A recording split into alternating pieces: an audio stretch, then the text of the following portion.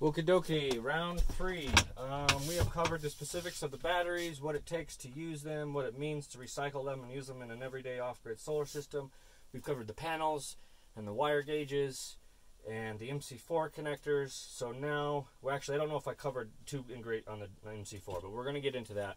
And then the charge controller, which is the most complicated piece of equipment the whole system has. But before then, I wanted to give you a little bit of a demonstration on what 3 batteries is capable of. I don't know what time zone you're in, but it's still breakfast time where I'm at. So I'm going to get a little bit of water here and make some oatmeal while we do this video. This is a 1,000-watt burner. It's an old school ceramic style, so it's either on or off. There is no high, medium, or low. Let's click the air conditioner on first, get it all the way to high. Then we'll go over here and start some breakfast. Get it going while we talk about this. A little bit of flavor with some vanilla. Anyway, where that goes, let's get into the charge controller. I mentioned these MC4 connectors when I talked about this tool that I invented for it, but I don't think I really got into what they actually do. This is for 2 panels. These come in 4, 5, and 6, I think. They get up that high anyway. What they're called is an MC4 branch or MC4Y connector. Y, that's why they call it that.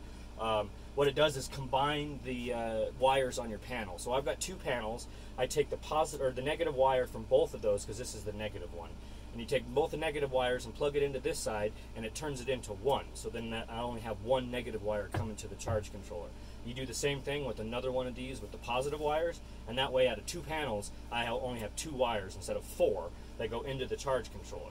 These just combine them in parallel so that you don't have a big combiner box or whatever, you know, like some people do that because they've got 4 or 5 panels. That makes more sense than using one of these. But when you've only got 2, 3, or 4 panels, you don't need to have all that residential hardware and whatnot. These things do the same trick. Okay, so we've got the 2 wires from the 4 wires into 2 coming into the charge controller. Now I've showed you this in videos before, but this was about 90% equipment and 10% my fault.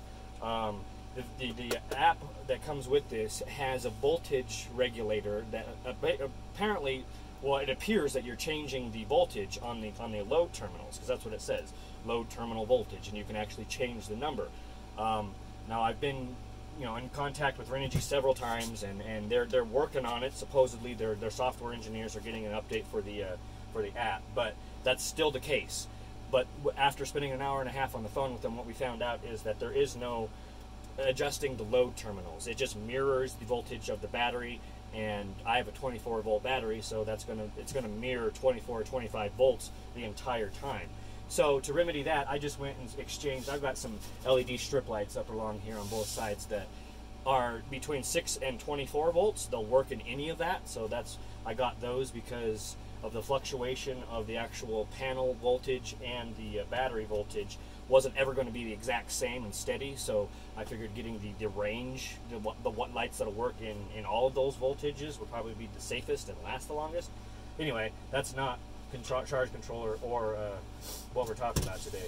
The charge controller takes the electricity from the panels. Now the panels are getting electricity from sun, clouds, wind, all kinds of things are making that fluctuate up and down. And over the years, they've had a couple different styles of charge controllers. The very, very first ones that I don't think anybody's ever actually even heard of or seen or used within the last 30, 40 years, they didn't really have a name. It was just a manual relay switch. Literally, when your batteries got to the voltage that you wanted them, you just turned the switch and the solar panel stopped charging. That's a little rudimentary for the technology that we have today, but the oatmeal going here. So what they did is they invented the PWM. Now, some of you have heard of that, and that's still the old technology. They're still better than that, but for the longest time, the PWM, and I can never remember, is pulse width modulation. That's what PWM stands for. It was the first time that, oh, turn this off. Oatmeal's done. Anyway, the first time that the charge controller, those PWM charge controllers anyway, they would sense the voltage and have an automatic turn off. But they had to be at 18 volts or the 26 or 27 if you're running a 24 volt. They were definitely made for 12 volt batteries, and what it did is it only supplied an 18-volt current to charge a 12-volt battery. There is no 16, there is no 19, there is no adjusting it. So you get a straight 18 volts or nothing. If your panels aren't producing that, then nothing charges. So those kind of went out of style. I don't have the exact memory or years, but I don't know, 15, 20 years ago, when they went to, maybe that's too long, 10, 15 years, when they went to the MPPT, that stands for, because I can never remember it, maximum power point tracking.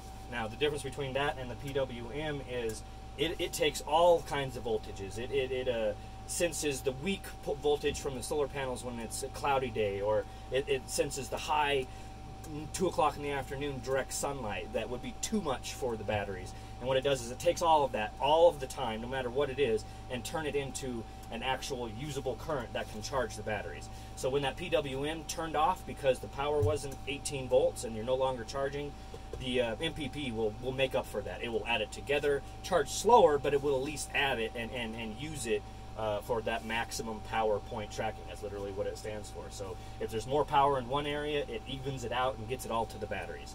That is by far the best technology that we have these days.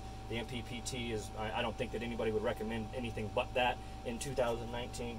So you're going to have a hard, I mean, you'll find them. They have them for little cheap, like recreational solar sets, or maybe something that you're doing at an arts and crafts fair, but they still sell the PWM. So you might find one online and be like, well, that's $100 cheaper than ones I've been looking at.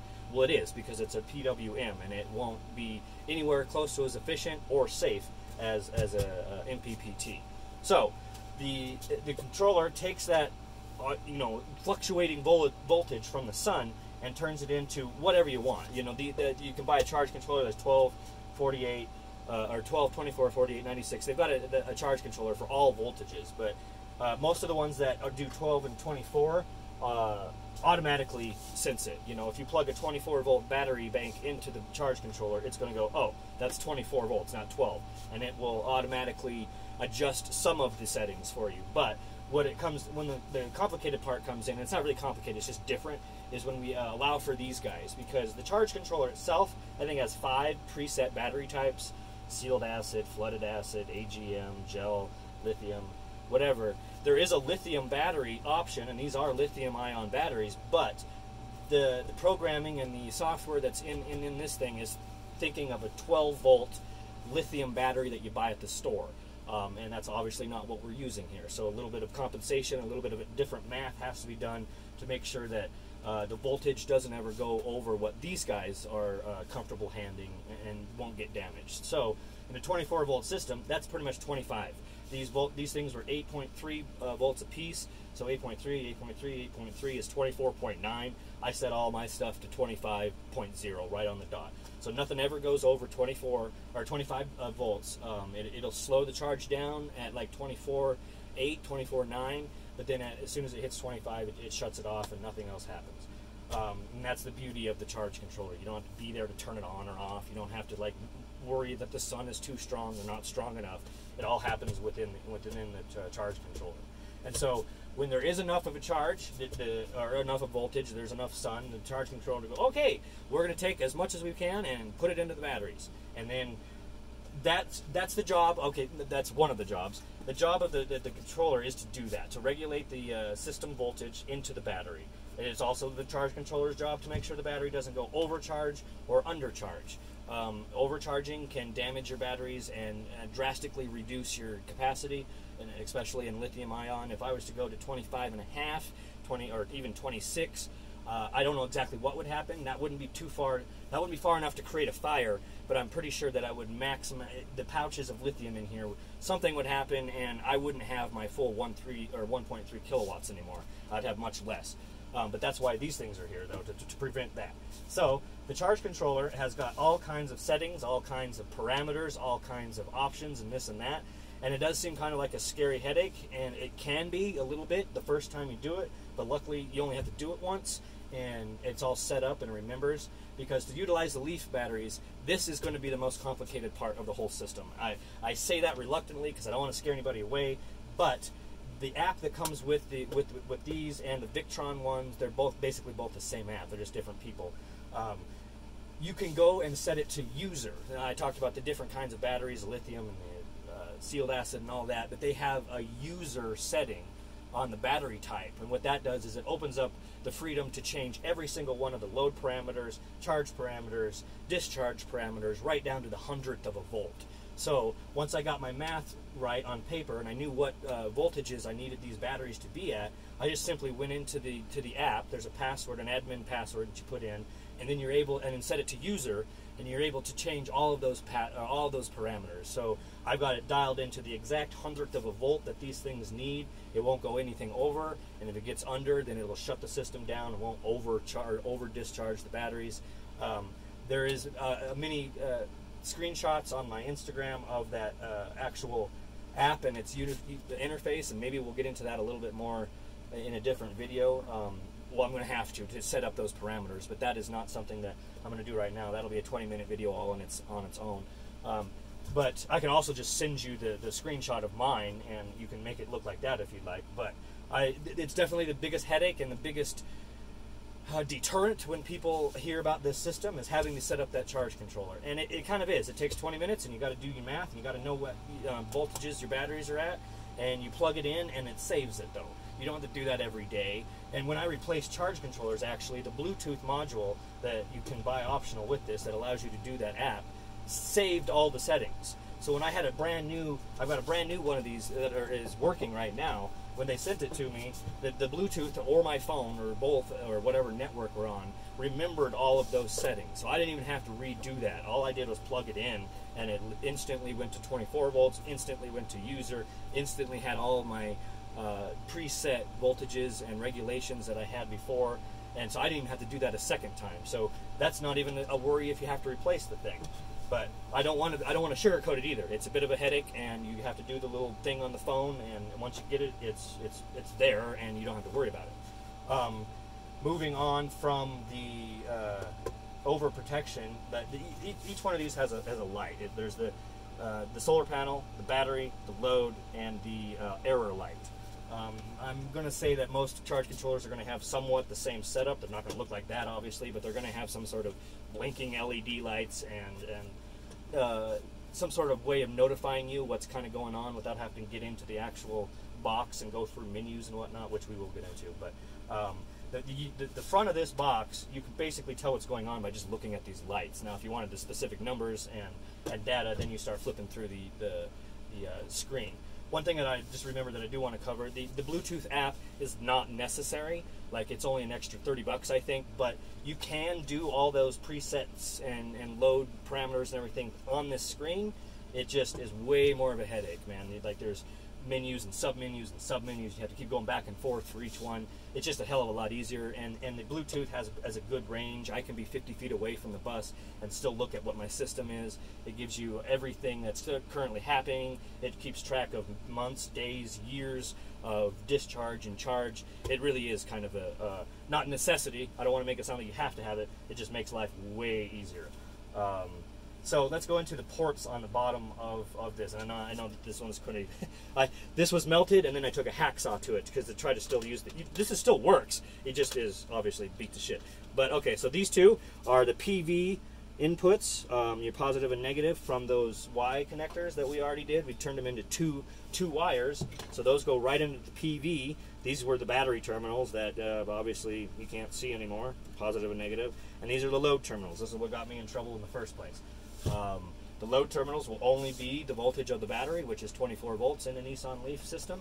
So I bought 24 or 6 to 24, I already said that, 6 to 24 volt lights. So it doesn't matter what the voltage is, the lights will work either way. Once you get okay, number one, never ever, this is the biggest golden rule in solar, do not plug your panels in first.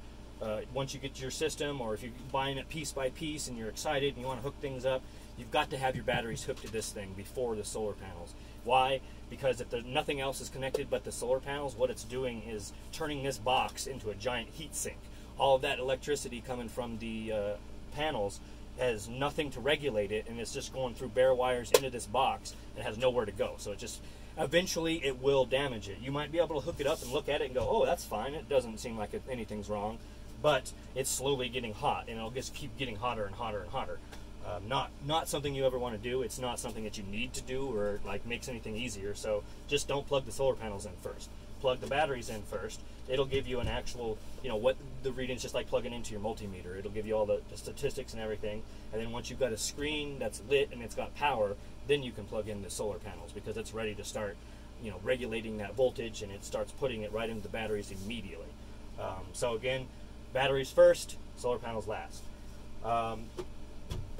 What else? Oh, let's go back over the how to pick out your charge controller. That should have been probably before I said all this. But in the last video, I went over this. This is on every solar panel. This is a Panasonic, but it's going to have all these numbers on here. And like I said in the last video, what you're looking at is the short circuit current. I don't know if you can see that. Short circuit current is also sometimes called the open circuit current. It's always going to be amps. This particular panel is a 5.83 amp. Hey, what are you doing? Cleaning the charge controller? Really? So what you do is you take all your panels. If you've got all the same panels, and that's going to be easy. You only have to look at one of them, and then you just add however many panels you have. This one's 5.8. The other panel is a different brand name, a different wattage, and it is 9.6. So 5.8 plus 9.6 is what, 16, 17. That's why I got the 20 amp Rover charge controller, because I was only going to be producing 16, maximum 17 amps. So I bought the 20 amp charge controller, and it's kind of the biggest regret in my system, because if I wanted to add another panel, then I'd have to upgrade this. But it works now. I've got 6 batteries, and I don't need to upgrade right now. I just kind of wish I wouldn't have bought this small one. Not that it matters other than me wanting to expand my system, which I don't even have physical room to do. But anyway, that is how you pick out the size of your charge controllers, by adding up those amperages. And there's a lot of other math, or a lot of other numbers that come with all that. There's the voltages and resistances and this and that.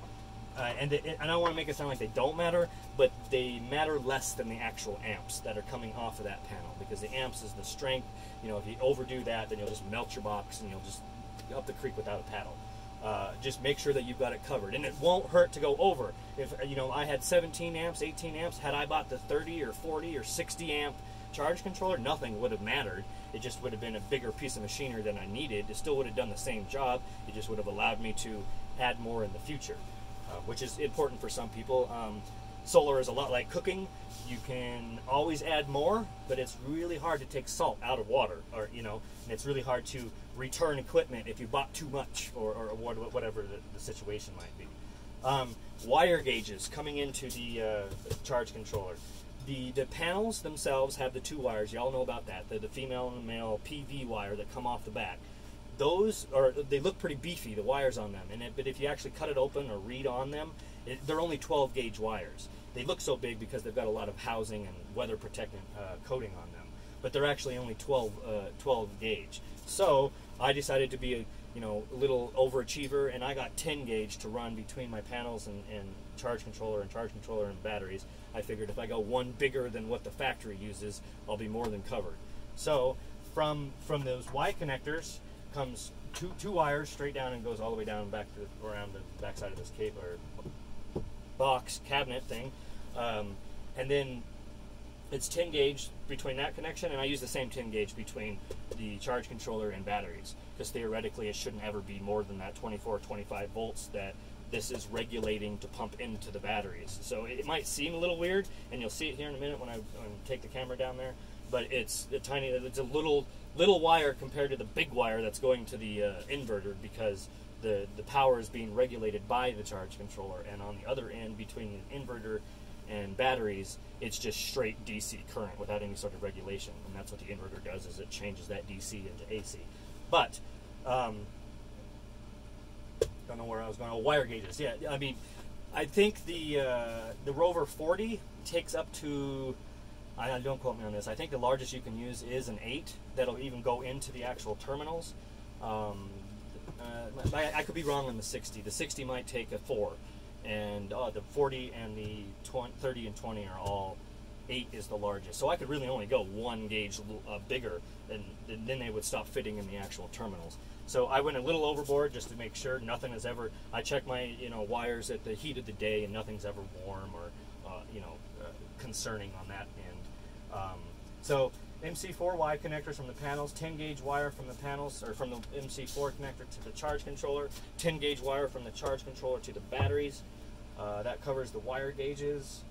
I think it's about time that we went through the screens on the actual charge controller and let you know what those are all telling or trying to tell you. So give me a second here. Get a little chair. We will go down into the magic cabinet.